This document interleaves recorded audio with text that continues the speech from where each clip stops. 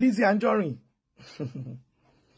mo sọ kankan lánàá mo ní pé ibi tó bá wẹ̀ fúfú lẹ̀lẹ̀ ló máa ń darí ìgbẹ́ sí ibi tó bá wà dání wáyé ló ń rán mi lọ kó tó di pé mo bẹ̀rẹ̀ lórí ọ̀rọ̀ ẹ̀ mo kọ́kọ́ fẹ́ pass message kan sí gbogbo ẹ̀yin tẹ́ ń pe nọ́mbà mi directly tẹ́ ń sọ fún mi pé LIZZY kí n filẹ̀ àbẹ́yìn tẹ́ text ẹ̀ sábẹ́ kí ní pé màmá ó ti tó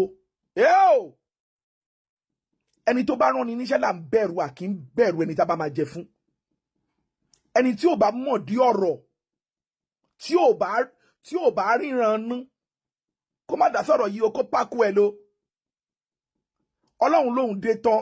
ẹ̀yin èèyàn wa olórí àṣírí ó ti sọ̀rọ̀ padà sí gbogbo ọ̀rọ̀ tí LIZZY ANJORIN tí ó ti sọ nípa rẹ̀ o arábìnrin yìí kò sọ̀rọ̀ díẹ̀ rárá ó sọ àwọn ìyálàyà ọ̀rọ̀ ló sọ sí LIZZY ANJORIN tépétépé ní arábìnrin yìí ló fi fèsì sí ọ̀rọ̀ LIZZY ANJORIN ẹ jẹ́ ká gbádùn fídíò náà.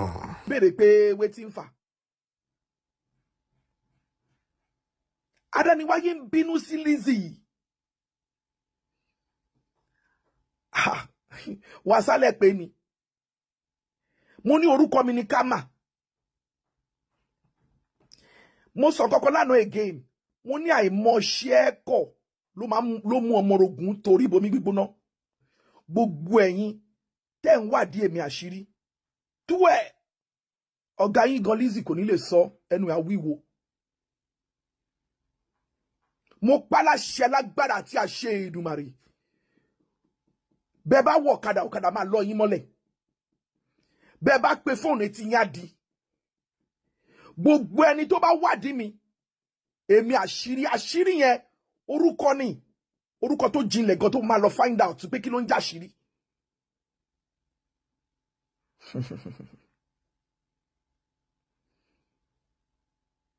LIZZY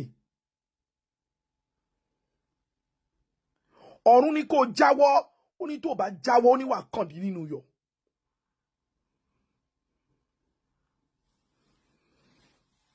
This is a spiritual warfare.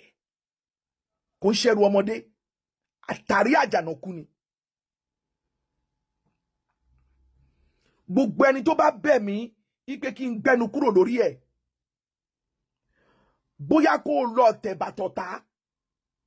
Kó dọ̀bálẹ̀ tọ̀tá. Kó dọ̀bálẹ̀ ti Sátánì. Kó ní kó jọ kó gbọmọ lọ́wọ́ ẹ̀ kó pa ọmọ ẹ̀ dànù. Àwọn olè ń bẹ̀lẹ̀ bí òfò.